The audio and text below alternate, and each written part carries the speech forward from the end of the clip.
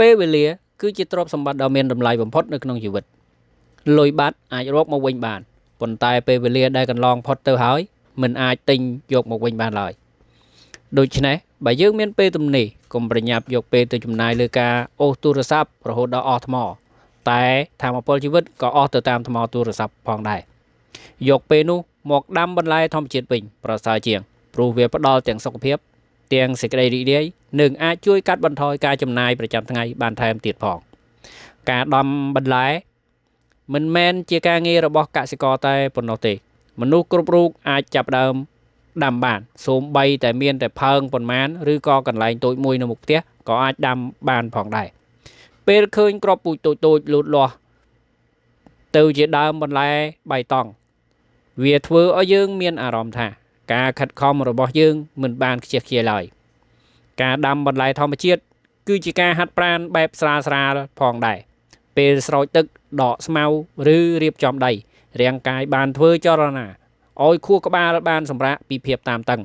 មនុស្សខ្លះចំណាយលុយទៅលើការហាត់ប្រាណនៅក្លឹបឯអ្នកដាំបន្លែវិញហាត់ប្រាណហើយថែមបានទាំងម្ហូបស្រស់យកមកចម្អិនទៀតផងនេះហើយជាប្រាក់ចំណេញពីការចាយពេលវេលាឲ្យមានតម្លៃវាជាការពិតការដាំបន្លែក៏មានពេលខ្លះធ្វើឲ្យយើងសើចដែរខំស្រោចទឹកវារាល់ថ្ងៃដល់ពេលបន្លែលូតលាស់ស្អាតស្រស់តែខ្យងឬសត្វល្អិតមកភ្លក់មុនម្ចាស់ពេលខ្លះមន់អ្នកជិតខាងក៏មកជួយពិនិត្យគុណភាពដោយឥតគិតថ្លៃទោះជាយ៉ាងណា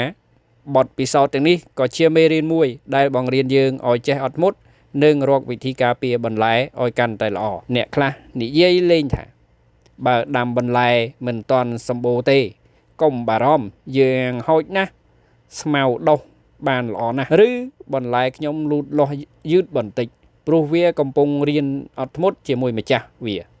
ពាក្យកំ pl ែងបែបនេះធ្វើឲ្យការងារដាំបន្លែមិនសូវធុញទ្រាន់ហើយជំរុញឲ្យយើងបន្តព្យាយាមទៅមុខទៀតលើសពីនេះបន្លែធម្មជាតិដែលយើងដាំដោយខ្លួនឯងគ្មានការប្រើប្រាស់សារធាតុគីមីគ្រោះថ្នាក់វាផ្ដល់នូវសុវត្ថិភាពដល់សុខភាពគ្រួសារនិងធ្វើឲ្យយើងញ៉ាំអាហារដោយទំនុកចិត្តបើដាំបានច្រើនយើងអាចចែករំលែកឲ្យអ្នកជិតខាងឬលក់បន្ថែមដើម្បីបង្កើនចំណូលតិចតួចផងដែរការចាយពេលវេលាឲ្យមានតម្លៃមិនចាំបាច់ធ្វើរឿងធំដុំទេការចាប់ផ្ដើមពីសួនបន្លែតូចមួយក៏អាចបង្កើតលទ្ធផលដ៏ធំបានដែរពេលវេលាដែលយើងចំណាយលើការដាំបន្លែធម្មជាតិ